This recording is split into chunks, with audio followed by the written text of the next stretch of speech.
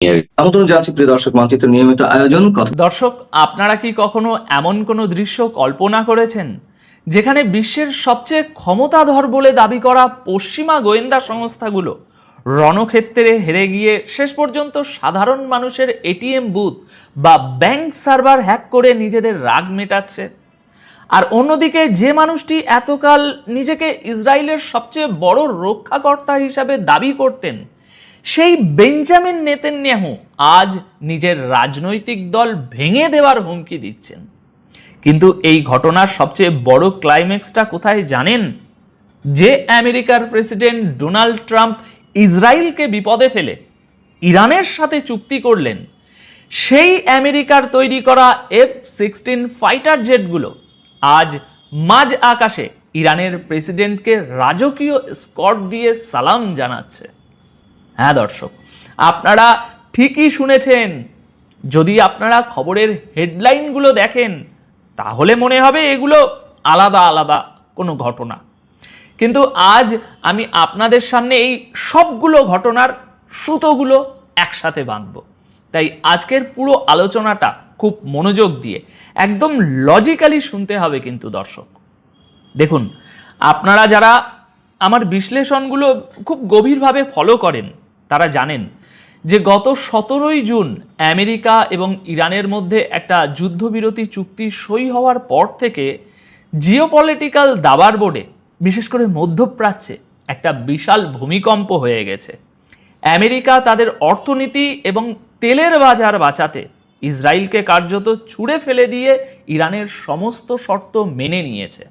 এখন এই পরাজয়ের পর ইসরায়েল এবং আমেরিকার ভিতরের সেই দম্ভ এমনভাবে চূর্ণ বিচূর্ণ হয়েছে যে তারা এখন কোনো সামরিক জবাব দেওয়ার সাহস পাচ্ছে না। কিন্তু পশ্চিমা বিশ্ব যখন সরাসরি যুদ্ধে হারে তখন তারা কাপুরুষের মতো পেছনের দরজা দিয়ে আক্রমণ করে, আর ঠিক সেটাই তারা করেছে ইরানের ব্যাংকিং সেক্টরের উপর। আসল ব্যাপারটা হলো, গতকাল 23শে জুন 2026 রাত 10টার সময় ইরান ইন্টারন্যাশনাল সংবাদ মাধ্যমে একটি খবর প্রকাশিত হয়েছে। খবরের শিরোনাম হলো banking disruption hits services at 8 Iranian banks. দর্শক, লজিক্যালি চিন্তা করুন, ইরানের অন্তত 8টি প্রধান ব্যাংক থেকে শুরু করে প্রায় সব বড় বড় ব্যাংকের ইলেকট্রনিক এবং কার্ড ভিত্তিক সেবা পুরোপুরি অচল করে দেয়া হয়েছে। ইরানের ইনফরমেটিক্স সার্ভিসেস কর্পোরেশন স্পষ্ট জানিয়েছে যে এটি একটি সাইবার অ্যাটাকের ফলাফল। এর ঠিক কয়েকদিন আগে 13ই জুনেও এরকমই একটা সাইবার হামলা হয়েছিল, যেখানে সেন্ট্রাল ব্যাংকের ইনফ্রাস্ট্রাকচার টার্গেট করা হয়েছিল। ইরানের পার্লামেন্টের অর্থনৈতিক কমিটির সদস্য মেইসাম জোহরিয়ান তিনি জানিয়েছেন যে এই সিস্টেমগুলো পুরোপুরি রিস্টোর করতে আরও 2 সপ্তাহ সময় লেগে যেতে পারে।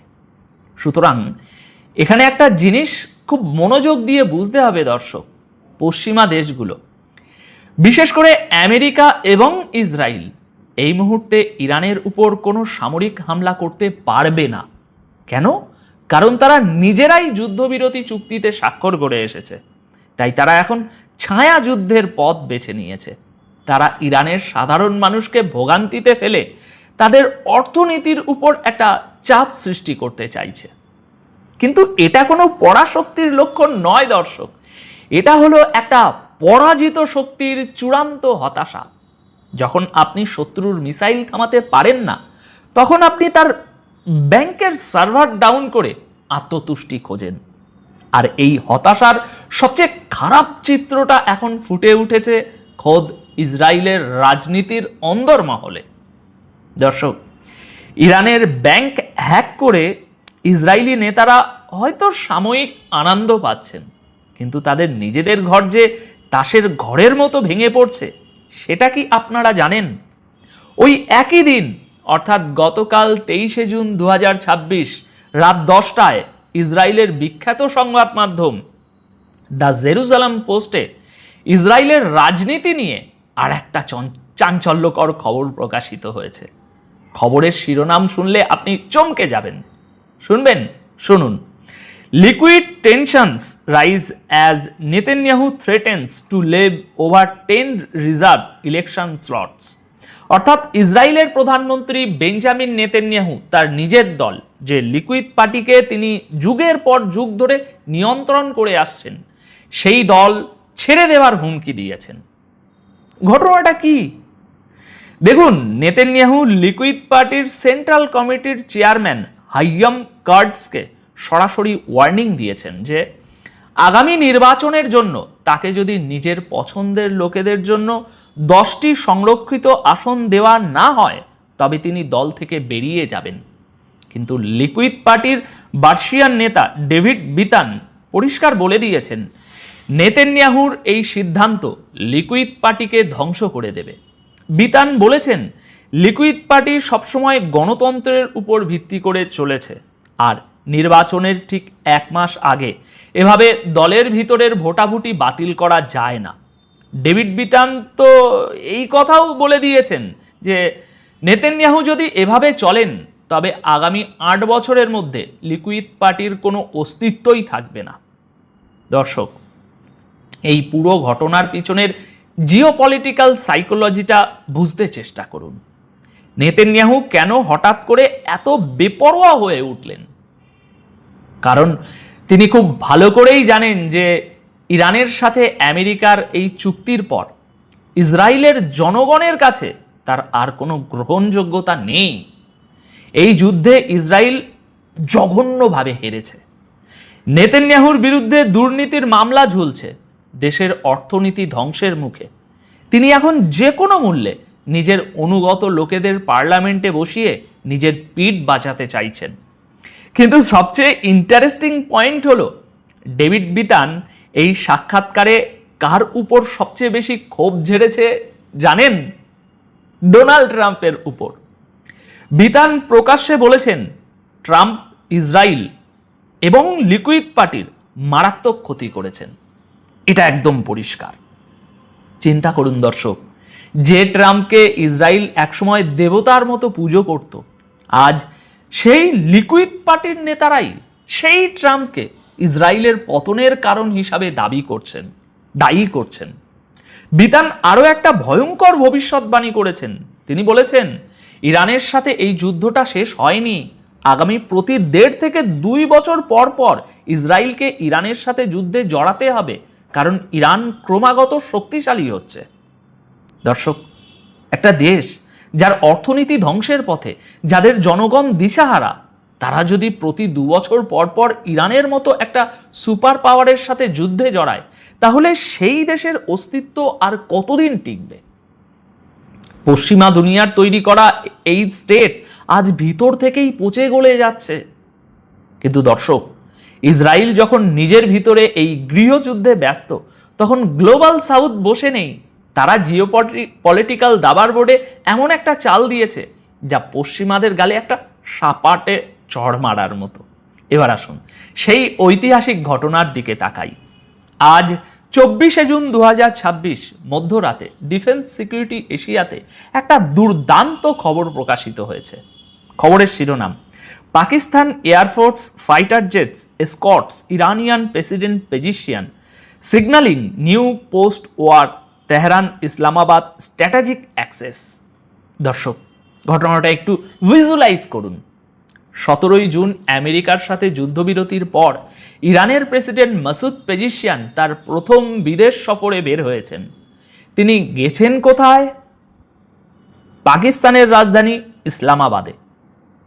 যখন ইরানের প্রেসিডেন্টের বিশেষ বিমান পাকিস্তানের আকাশসীমায় প্রবেশ করে, তখন পাকিস্তান এয়ারফোর্স তাদের 6টি ফাইটার জেট, যার মধ্যে আমেরিকার তৈরি করা F-16 এবং চীনের তৈরি J-17 ছিল, সেগুলো দিয়ে মাঝ আকাশে প্রেসিডেন্টকে রাজকীয় স্কট দিয়ে নিয়ে আসে। এরপর নূর খান এয়ারবেসের উপর দিয়ে সেই ফাইটার জেটগুলো ফ্লাই পাস্ট করে এবং প্রেসিডেন্টকে 21 তোপধ্বনি দিয়ে গার্ড অফ অনার দেয়া হয়। আপনারা কি এই ডিপ্লোম্যাটিক মেসেজ বা কূটনৈতিক বার্তার গভীরতা বুঝতে পারছেন দর্শক? পারছেন? পাকিস্তান আমেরিকাকে বুঝিয়ে দিল, তোমাদের তৈরি করা F-16 যুদ্ধ বিমান দিয়ে আমরা আজ আমাদের ভাই ইরানের প্রেসিডেন্টকে সম্মান জানাচ্ছি। এই পুরো ঘটনাটা শুধু একটা প্রোটোকল ছিল না, এটা ছিল একটা জিওপলিটিক্যাল স্টেটমেন্ট। আর পেজিশিয়ানের ওই বিমানের নাম কি ছিল জানেন? মিনাব 168। এর পেছনের ঐতিহাসিক প্রেক্ষাপটটা হলো, গত 28শে ফেব্রুয়ারি আমেরিকা এবং ইসরায়েল যখন ইরানের মিনাব শহরে একটি বালিকা বিদ্যালয়ে বর্বরোচিত হামলা চালিয়ে 168 জন নিরীহ মানুষকে হত্যা করেছিল, সেই শহীদদের স্মরণে এই বিমানের নামকরণ করা হয়েছে। অর্থাৎ ইরান সেই ক্ষোভটাকে একটা কূটনৈতিক অস্ত্রে পরিণত করে পুরো বিশ্বকে দেখিয়ে দিল যে পশ্চিমাদের সেই বর্বরতার পরও তারা মাথা উঁচু করে দাঁড়িয়ে আছে এবং তাদের পাশে এখন শক্তিশালী মিত্ররা আছে। দর্শক, এবার আসুন সেই চরম সত্যের মুখোমুখি হই, যে সিক্রেট আমি ভিডিওর শুরুতে উন্মোচন করার কথা বলেছিলাম। আপনাদের নিশ্চয়ই মনে এই প্রশ্ন জাগছে যে ইরানের প্রেসিডেন্ট যুদ্ধ শেষ হওয়ার মাত্র 6 দিনের মাথায় কেন হঠাৎ করে পাকিস্তানে গেলেন? কেন পাকিস্তান তাকে এত বিশাল সামরিক সম্মান দিল? দর্শক, এর উত্তর লুকিয়ে আছে গতকাল 23শে জুন 2026 দুপুর 2:18 মেহের নিউজ এজেন্সিতে প্রকাশিত একটা রিপোর্টে। ইরানের প্রেসিডেন্ট পেজিশিয়ান সাহেব তেহরান ছাড়ার আগে সাংবাদিকদের সামনে এমন একটা কথা ফাঁস করেছেন যা শুনলে ওয়াশিংটনের নীতি নির্ধারকদের ঘুম হারাম হয়ে যাবে। পেজিশিয়ান প্রকাশ্যে বলেছেন যে আমেরিকা এবং ইরানের মধ্যে এই যে মেমোরেন্ডাম অফ আন্ডারস্ট্যান্ডিং সই হলো, এই পুরো ডিলটার পিছনে মূল মধ্যস্থতাকারী ছিল পাকিস্তান। পেজিশিয়ান পরিষ্কার বলেছেন যে পাকিস্তানের প্রধানমন্ত্রী শাহবাজ শরীফ, সেনাপ্রধান ফিল্ড মার্শাল আসিফ মুনির এবং স্বরাষ্ট্রমন্ত্রী মহসিন নকভি, এই মানুষগুলো পর্দার আড়ালে থেকে আমেরিকা এবং ইরানের মধ্যে এই চুক্তির রূপরেখা তৈরি করেছেন। পেজিশিয়ান সাহেব তার বক্তব্যে একটা ভয়ঙ্কর সত্য স্বীকার করেছেন। তিনি বলেছেন, ইরানের জাতির অধিকার রক্ষায় পাকিস্তানের কর্মকর্তারা যে অনস্বীকার্য ভূমিকা পালন করেছেন তা তুলনাহীন। এই অঞ্চলের শান্তি প্রতিষ্ঠার জন্য তাদের উদ্বেগ হয়তো আমাদের চেয়েও বেশি ছিল। কে বলছে কথা? লজিক্যালি চিন্তা করুন দর্শক, আমেরিকা, যে দেশটা নিজেদেরকে বিশ্বের পুলিশ মনে করে, তারা ইরানের সাথে সরাসরি ডিল করতে পারছিল না। তাদের ইকোনমি যখন ডুবতে বসেছে, ইউরোপ যখন তাদের উপর থেকে মুখ ফিরিয়ে নিচ্ছে, তখন তারা বাধ্য হয়ে পাকিস্তানের হাত ধরেছে। ওয়াশিংটনকে ইসলামাবাদের মাধ্যমে তেহরানের কাছে শান্তির ভিক্ষে চাইতে হয়েছে রে ভাই। দর্শক, এটাই হলো মাল্টিপোলার ওয়ার্ল্ডের আসল চিত্র। একটা সময় ছিল যখন আমেরিকা একটা ফোন কল করলো আর মধ্যপ্রাচ্যের দেশগুলো ভয়ে ঠকঠক ঠকঠক করে কাঁপতো। আর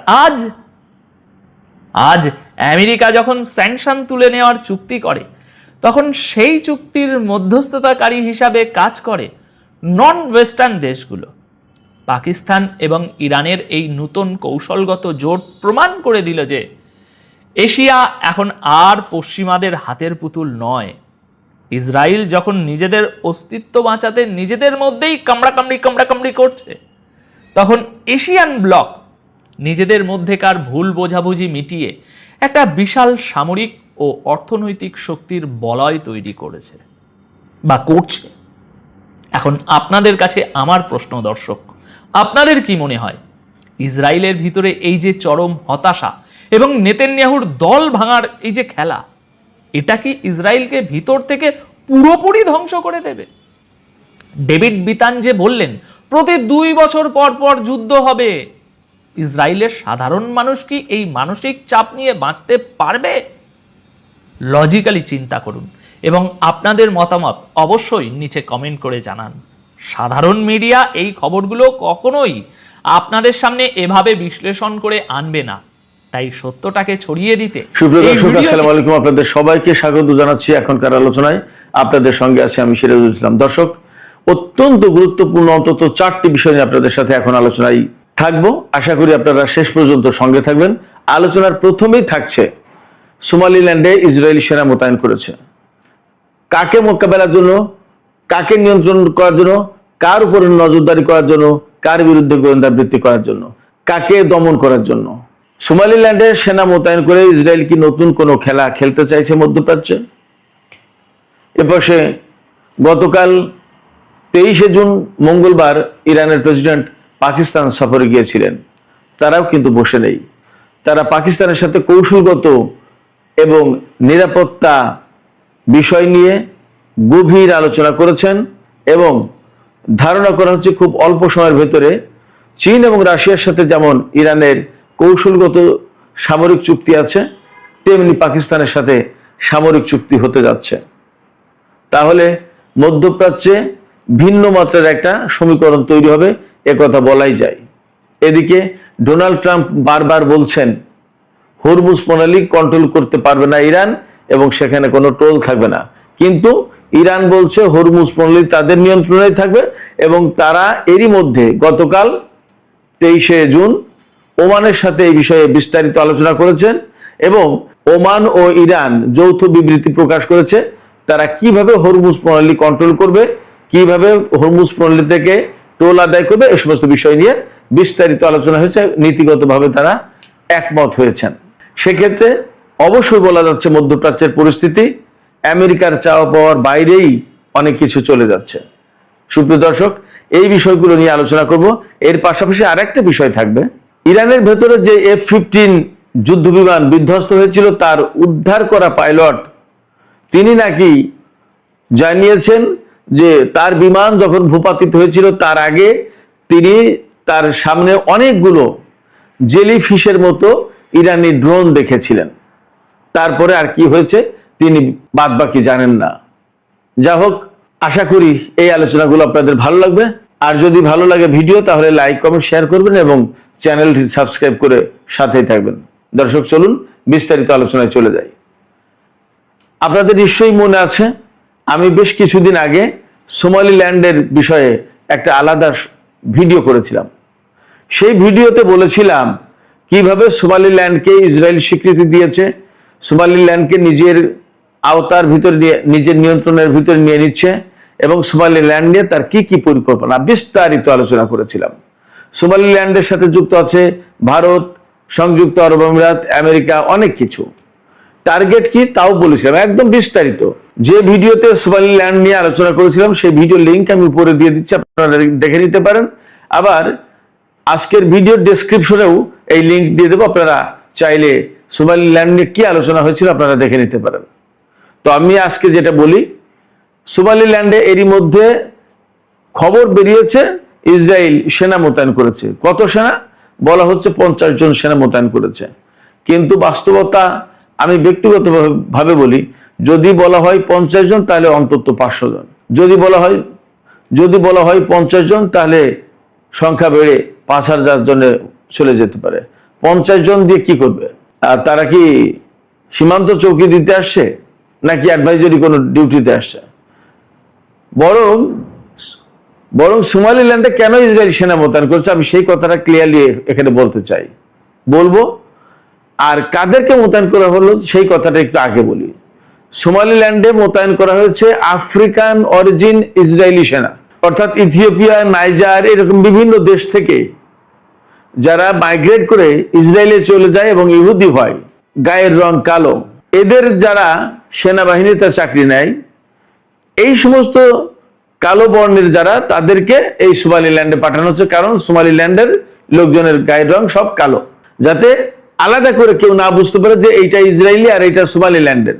সোমালিল্যান্ডে যখন ইসরায়েলি সেনা মোতায়েন করছে, সোমালিল্যান্ডের সকল সরকারের অনুমোদন নিয়ে এই মোতায়েনটা হয়েছে, কিন্তু সেখানকার জনগণ কি চাইছে সেটাও একটা দেখার ব্যাপার। এবং সেখানে কিন্তু হয়তো ইসরায়েল বিরোধী কোনো শক্তি যদি সোমালিল্যান্ডের ভেতরে ঢুকে ইসরায়েলি সেনাদের বিরুদ্ধে কোনো তৎপরতা চালাতে চায়, তাহলে সহজেই ইসরায়েলিদের সাধারণ গায়ের রং যেটা ফর্সা, এই ফর্সা গায়ের রং ওলা সেনা মোতায়েন করলে সহজেই চেনা যাবে যে এটা ইসরায়েলের আর এটা সোমালিল্যান্ডের।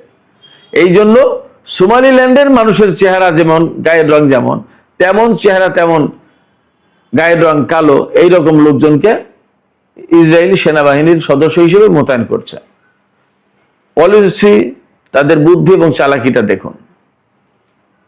এখন প্রশ্ন হচ্ছে, এই প্রসঙ্গে আমি আরো কিছু কথা জানাই। সোমালিল্যান্ডের প্রেসিডেন্ট হচ্ছে মুসলমান, নাম আব্দুর রহমান।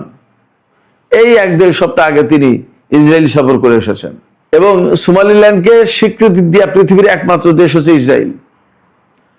সোমালিল্যান্ড কোথা থেকে আসলো? আমরা সবাই জানি সোমালিয়া। সোমালিয়া একটা আফ্রিকার দেশ। এই আফ্রিকার একটা অংশ, একেবারে সোমালিয়া হচ্ছে ভারত মহাসাগরের উপকূল জুড়ে লম্বা একটা দেশ, একদম লোহিত সাগরের কোণা পর্যন্ত চলে এসেছে। বাবাল বান্দেব প্রণালীর কোণা পর্যন্ত এই সোমালিয়ার ভূখণ্ড। সেখান থেকে বামে একটু সিংহের মতো লম্বা করে চলে গেল আরো পশ্চিম দিকে। এই যে লম্বা করে সিংহের মতো যে চলে গেল, এই অংশটাই হচ্ছে এখন সোমালিল্যান্ড। সোমালিয়া থেকে এটাকে বিচ্ছিন্ন করা হয়েছে। এখানকার জনসংখ্যা 63 লাখ, আয়তন 1,37,000 বর্গ কিলোমিটার। তো এই সোমালিল্যান্ডের অবস্থান কোথায়? একদম লোহিত সাগরের কুল ঘেঁষে। মূল টার্গেটটা কি? ইসরায়েল কেন তাকে স্বীকৃতি দিচ্ছে এবং অর্থ করি এত এত সুবিধা, তার সাথে এত ঘনিষ্ঠ সম্পর্ক কেন করছে? মূল টার্গেট হচ্ছে ইসরায়েল সেই জর্ডানের ওপাশে মিশরের কাছে অনেক দূর। সেখান থেকে এই বাবাল মান্দেব প্রণালী, ভারত মহাসাগর, ইরান, ইয়েমেন, এই দিকটা কন্ট্রোল করা কঠিন। আপনারা সবাই জানেন গাজা এবং লেবানন যুদ্ধের সময় কিন্তু ইয়েমেনের যোদ্ধারা ইসরায়েলের বিরুদ্ধে ব্যাপকভাবে লড়াই করেছে, অনেক গুরুত্বপূর্ণ ভূমিকা পালন করেছে। সেই ইয়েমেনের বিরুদ্ধে যদি ইসরায়েলকে কার্যকর ব্যবস্থা নিতে হয়, তাহলে এই সোমালিল্যান্ডে যদি তাদের অবস্থান থাকে সহজ। সোমালিল্যান্ডের অপোজিটেই আপনার ইয়েমেন। লোহিত সাগরের দক্ষিণ পাড়ে হচ্ছে সোমালিল্যান্ড, লোহিত সাগরের উত্তর পাড়ে হচ্ছে ইয়েমেন। তো এই বাবাল মান্দেব প্রণালী, ভারত মহাসাগর, লোহিত সাগর, এগুলো খুবই গুরুত্বপূর্ণ মধ্যপ্রাচ্যের যে ভূ রাজনীতি এবং চলমান সংঘাত তাতে। হরমুজ প্রণালী যেমন বন্ধ করে দিলে বিশ্বের তেল প্রবাহ বন্ধ হয়ে যায়, বিশ্বের গুরুত্বপূর্ণ বাণিজ্য বন্ধ হয়ে যায়, তেমনি বাবাল মান্দেব প্রণালী বন্ধ করে দিলে ভারত মহাসাগরে আসা, সুয়েজ খাল থেকে লোহিত সাগরে ভারত মহাসাগরে আসা খুব কঠিন। আবার ভারত মহাসাগর থেকে বাবাল মান্দেব প্রণালী হয়ে লোহিত সাগর হয়ে সুয়েজ খাল দিয়ে আটলান্টিক মহাসাগরে যাওয়া কঠিন। তার মানে বাবাল মান্দেব প্রণালী হরমুজ প্রণালীর মতোই আর একটা গুরুত্বপূর্ণ প্রণালী। এই প্রণালীর গুরুত্বপূর্ণ কন্ট্রোল হচ্ছে আপনার ইয়েমেনের হুতিদের হাতে। হরমুজ প্রণালী ইরানের হাতে, বাবাল মান্দেব প্রণালী হুতিদের হাতে। কার্যত দুটো ইরানের কন্ট্রোলে। এই জায়গা থেকে বাবাল মান্দেব প্রণালীকে, লোহিত সাগরকে মুক্ত রাখার জন্য ইসরায়েল সোমালিল্যান্ডে সেনা মোতায়েন করলো। মূল টার্গেট হচ্ছে এটা। এছাড়া ইরানের সাথে যে সংঘর্ষ, সেই সময় কিন্তু সোমালিল্যান্ডের বিমান ঘাঁটি, সেনা ঘাঁটি ব্যবহার করেছে ইসরায়েল। খবরগুলো খুব তখন ফ্ল্যাশ হয়নি। আমি এ প্রসঙ্গেও একটা ভিডিওতে কথা বলেছিলাম। সেই সোমালিল্যান্ডে এখন আনুষ্ঠানিকভাবে বা সরকারিভাবে অনুমোদন নিয়ে সেনা মোতায়েন করছে ইসরায়েল। টার্গেট ইয়েমেনের হুতি এবং ইরান। তার মানে মধ্যপ্রাচ্যে আবার নতুন এবং চূড়ান্ত একটা খেলায় লিপ্ত হতে যাচ্ছে ইসরায়েল। মোটামুটি ভাবে তাদের আচার আচরণ, কর্মকাণ্ড, ভাবসাব দেখে মোটামুটি পরিষ্কার বোঝা যাচ্ছে। এই জায়গায় ইরান কি করবে, মধ্যপ্রাচ্যের যে সমস্ত দেশ ইসরায়েল বিরোধী তারা কি করবে, সেটা কিন্তু একটা গুরুত্বপূর্ণ এবং বড় প্রশ্ন। এই প্রেক্ষাপটে আমি গতকাল 23শে জুন মঙ্গলবার ইরানের প্রেসিডেন্ট পাকিস্তান সফর করেছেন, সেই প্রসঙ্গ আলোচনা করি। ইরানের প্রেসিডেন্ট মাসুদ পেজেশকিয়ান পাকিস্তান সফরে গেছেন, গতকাল একদিনের সফর করেছেন এবং তিনি সেখানে কতটা গুরুত্বপূর্ণ অতিথি হিসেবে সম্মান অভ্যর্থনা পেয়েছেন সেটা আমরা গণমাধ্যমের কল্যাণে কম বেশি দেখেছি। এই সফরে গিয়ে তিনি পাকিস্তানের প্রেসিডেন্ট, প্রধানমন্ত্রী থেকে শুরু করে সেনেটের চেয়ারম্যান, জাতীয় সংসদের স্পিকার, পররাষ্ট্রমন্ত্রী সবার সাথে এবং সেনা প্রধানের সাথে আলাদা বৈঠক করেছেন এবং সেখানে মূলত পাকিস্তানের সাথে ইরানের কৌশলগত এবং নিরাপত্তা বিষয়ক গুরুত্বপূর্ণ আলোচনা হয়েছে। নিরাপত্তা এবং কৌশলগত সম্পর্ক প্রতিষ্ঠার ব্যাপারে আলোচনা হয়েছে। আমি এখানে আবারও বলি, এই আলোচনাটা বেসিক্যালি হয়েছে চীনের সাথে এবং রাশিয়ার সাথে ইরানের যেমন কৌশলগত চুক্তি আছে, সম্পর্ক আছে, এইরকম একটা সম্পর্ক পাকিস্তানের সাথেও হবে ইরানের বর্তমান প্রেক্ষাপটে, সেই রকম একটা আলোচনা এবং তৎপরতা চলছে। এই তৎপরতা কেন? আমরা সবাই জেনেছি ইসরায়েল কিন্তু পাকিস্তানকে টার্গেট করে রেখেছে, আবার তুরস্কের সাথেও কিন্তু তার একটা টানা পড়ে ইদানিং যাচ্ছে। তুরস্কের ব্যাপারটা বাদ দিলেও পাকিস্তানকে কিন্তু দুই চোখে দেখতে পারে না ইসরায়েল। তারা জানে পাকিস্তান তাদের গুরুত্বপূর্ণ বড় শত্রু। সৌদি আরব, সংযুক্ত আরব আমিরাতকে শত্রু মনে না করলেও পাকিস্তানকে কিন্তু ইসরায়েল শত্রু মনে করে, যেমনটি শত্রু মনে করে ইরানকে। এইরকম একটা জায়গা থেকে যখন ইসরায়েল পাকিস্তান বিরোধী অবস্থান করছে, জোট গঠন করছে ভারত, আমেরিকা, সংযুক্ত আরব আমিরাত এদের সাথে মিলে, তখন ইরান এবং পাকিস্তান কিন্তু একটা জোট হতে যাচ্ছে এবং মূল টার্গেট ইসরায়েল। মধ্যপ্রাচ্যে যাতে ইসরায়েলের যে আকাঙ্ক্ষা, প্রত্যাশা আছে গ্রেটার ইসরায়েল প্রতিষ্ঠা করা, পুরো মধ্যপ্রাচ্যের কন্ট্রোলটা তাদের হাতে নেওয়া, এইটা যদি ঠেকাতে হয় তাহলে পাকিস্তান এবং ইরানের যদি একটা কৌশলগত চুক্তি থাকে, সম্পর্ক থাকে, তাহলে এটা সহজেই ঠেকানো সম্ভব। এই জায়গা থেকে পাকিস্তান এবং ইরান কিন্তু আলোচনা করছে বলে আমরা আশা করতে পারি, ধারণা করতে পারি।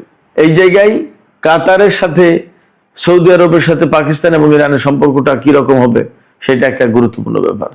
আমার বিশ্বাস যা পরিস্থিতি, যেভাবে যা তৎপরতা চলছে, তাতে খুব দ্রুতই আঞ্চলিক একটা আলাদা জোট গঠন করবে। ইসরায়েল যতই মধ্যপ্রাচ্যে তার পরিকল্পনা বাস্তবায়ন করার চেষ্টা করুক, এই জোট সেটা ঠেকিয়ে দেওয়ার চেষ্টা করবে, আমার কাছে তাই মনে হচ্ছে। এদিকে মার্কিন প্রেসিডেন্ট ডোনাল্ড ট্রাম্প বারবার যে কথা বলছেন তা নিয়ে কিন্তু বিরাট একটা অনিশ্চয়তা দেখা দিয়েছে। সেই অনিশ্চয়তাটা কি? আমেরিকা এবং ইরানের ভেতর যে সমঝোতা হয়েছে, সেই সমঝোতা বাস্তবায়ন করা যাবে কিনা, এই সমঝোতা বাস্তবায়নের ভিত্তিতে ইরানের সাথে আমেরিকার চূড়ান্ত চুক্তি হবে কিনা। মার্কিন প্রেসিডেন্ট ডোনাল্ড ট্রাম্প দুটো ব্যাপারে ভিন্ন কথা বলছেন। ইরান যা বলছেন তার সাথে মিলছে না। ডোনাল্ড ট্রাম্প বলছেন যে ইরানের পরমাণু কর্মসূচি পরিদর্শন করার জন্য ইরান আন্তর্জাতিক পর্যবেক্ষকদের ইরানে ঢুকতে দেওয়ার ব্যাপারে রাজি হয়েছে। ইরান বলছে এই নিয়ে কোনো আলোচনাই হয়নি। এটা গেল একটা দিক। আর একটা দিক হচ্ছে হরমুজ প্রণালী, ইরান বলছে যে এই 60 দিন পরে ইরান কন্ট্রোল করবে এবং সেখান থেকে একটা ফি নেবে। আমেরিকা বলছে কোনো ফি থাকবে না, যদি টোল নিতে হয় তাহলে আমেরিকা নেবে। যাই হোক, তো অথচ গতকাল ইরানের প্রতিনিধি দল, স্পিকার বাকের কলিবাব এবং পররাষ্ট্রমন্ত্রী আব্বাস আরাকচি সহ বেশ কিছু কর্মকর্তা, ইরানি কর্মকর্তা ওমান সফর করেছেন এবং ওমানের সুলতানের সাথে, ওমানের পররাষ্ট্রমন্ত্রীর সাথে তাদের বৈঠক হয়েছে। বৈঠকের পর যৌথ বিবৃতি দেওয়া হয়েছে। বিবৃতিতে এই হরমুজ প্রণালী কিভাবে কন্ট্রোল করবে, কিভাবে কি করা হবে না হবে, এই সম্পর্কে বেশ কিছু বিষয়, তথ্য তুলে ধরা হয়েছে যৌথ বিবৃতিতে, সংবাদ সম্মেলনে। সেখানে বলা হয়েছে যে ইরান এবং ওমান এই হরমুজ প্রণালী কন্ট্রোল করবে।